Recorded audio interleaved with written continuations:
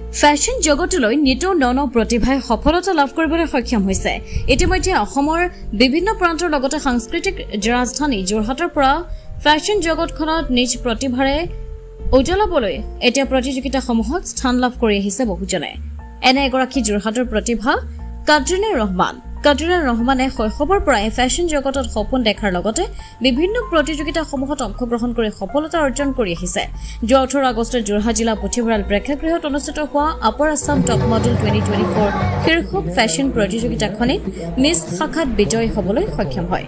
আহকচোন এগৰাকী নতুন প্ৰতিভাৰ কাটৰিনা ৰহমানৰ কিছু মনৰ অনুভৱ জানো। নমস্কাৰ, মোৰ নাম কাটৰিনা ৰহমান। মই কৃষ্ণ একাডেমীত পঢ়োঁ। এবাৰ 11ত HSD দিছিলোঁ। মই যোৱাকালি আপাৰ আছাম নৰ্থ ইষ্ট কৰিছিলোঁ। মই আপাৰ আছাম টপ মডেলত তাত মই উইনাৰ সক্ষম হ'লোঁ। সেইটো কাৰণে মই বহুত সুখী। আৰু মই মডেলিং ক্লাছ 6ৰ পৰা ষ্টাৰ্ট কৰিছোঁ সৰুৰ পৰাই।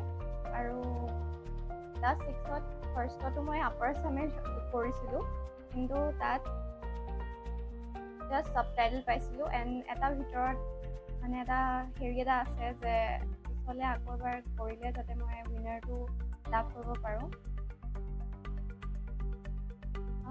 যিহেতু ফাৰ্ষ্ট টাইমত ট্ৰাই কৰোঁতেও যিহেতু ফাৰ্ষ্ট টাইম আছিলে, হয়তো মই কিবা কাৰণে নাপালোঁ। মোতকৈ বহুতখিনি ভাল ভাল কণ্টেষ্টেণ্ট আছিলে, সিহঁতি মোতকৈ ভাল যিহেতু কৰিছে পাৰিছে সেইকাৰণে সিহঁতি পাৰিলে। কিন্তু মই সেইদিনাখনে ভাবি লৈছিলোঁ যে আকৌ এবাৰ এইটো প্লেটফৰ্মত আহি পেলাই মই যাতে আকৌ উইনাৰটো লাভ কৰোঁ। সেইটো কাৰণে বহুতখিনি হাৰ্ডৱৰ্ক কৰিছিলোঁ। আৰু কালি যিহেতু মই উইনাৰ টাইটেলটো পাই পেলাই বহুত বেছি মোৰ ফিউচাৰ প্লেন মডেলিংটো এজ এ পেশ্যন লৈছোঁ, বাট চাইডকৈ লৈছোঁ। বাট লগতে মই এভিয়েশ্যন কৰিম বুলি ভাবি থৈছোঁ। তাৰ লগতে মডেলিংটো পেশ্যন হিচাপে থাকিব। ফ্ৰেণ্ডছসকলক এনকাৰেজ কৰে। মোৰ বেষ্ট ফ্ৰেণ্ড এগৰাকী আছে, তেওঁ মোক বহুত বেছি এনকাৰেজ কৰে যে যিকোনো ফিল্ডতে পঢ়াৰ ক্ষেত্ৰত হওক বা মডেলিঙৰ ক্ষেত্ৰত, যিহেতু তাই জানে যে মডেলিং মই খুব ভাল পাওঁ। আৰু সেইকাৰণে তাই মোক সদায় কয় যে সেইটোতে আগবাঢ় তই, সেইটোতে মানে হাৰ্ডৱৰ্ক কৰ। আৰু তাইও মোক বিচাৰে যে মোক এটা ডাঙৰ প্লেটফৰ্মত দেখিব পাৰে।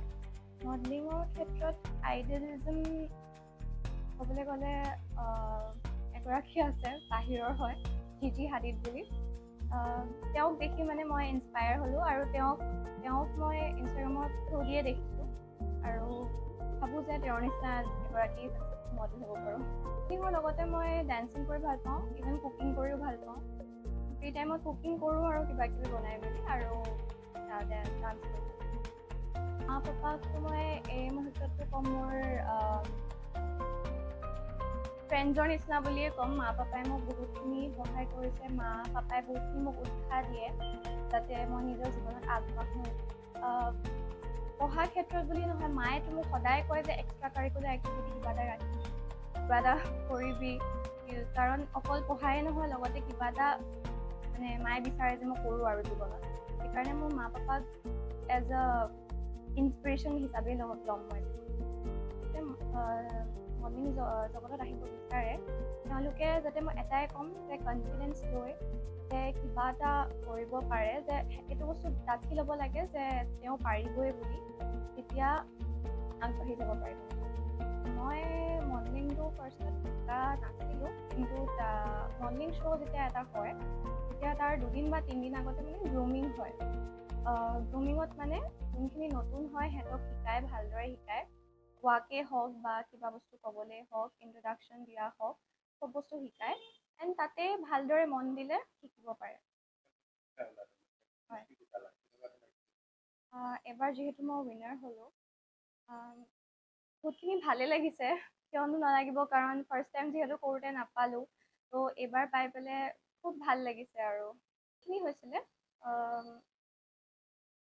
বহুতখিনি গ্ৰুপ থাকে, বেলেগ বেলেগ, সৰুখিনি বেলেগ থাকে, ডাঙৰখিনি মিষ্টাৰ মিছেছ বহুতখিনি থাকে, বহুতখিনিয়ে হৈছিলে। আৰু সকলো অসমবাসীকে এইটোকে ক'ম যাতে মোক আৰু আশীৰ্বাদ কৰক, যাতে মই আৰু আগবাঢ়ি যাব পাৰোঁ।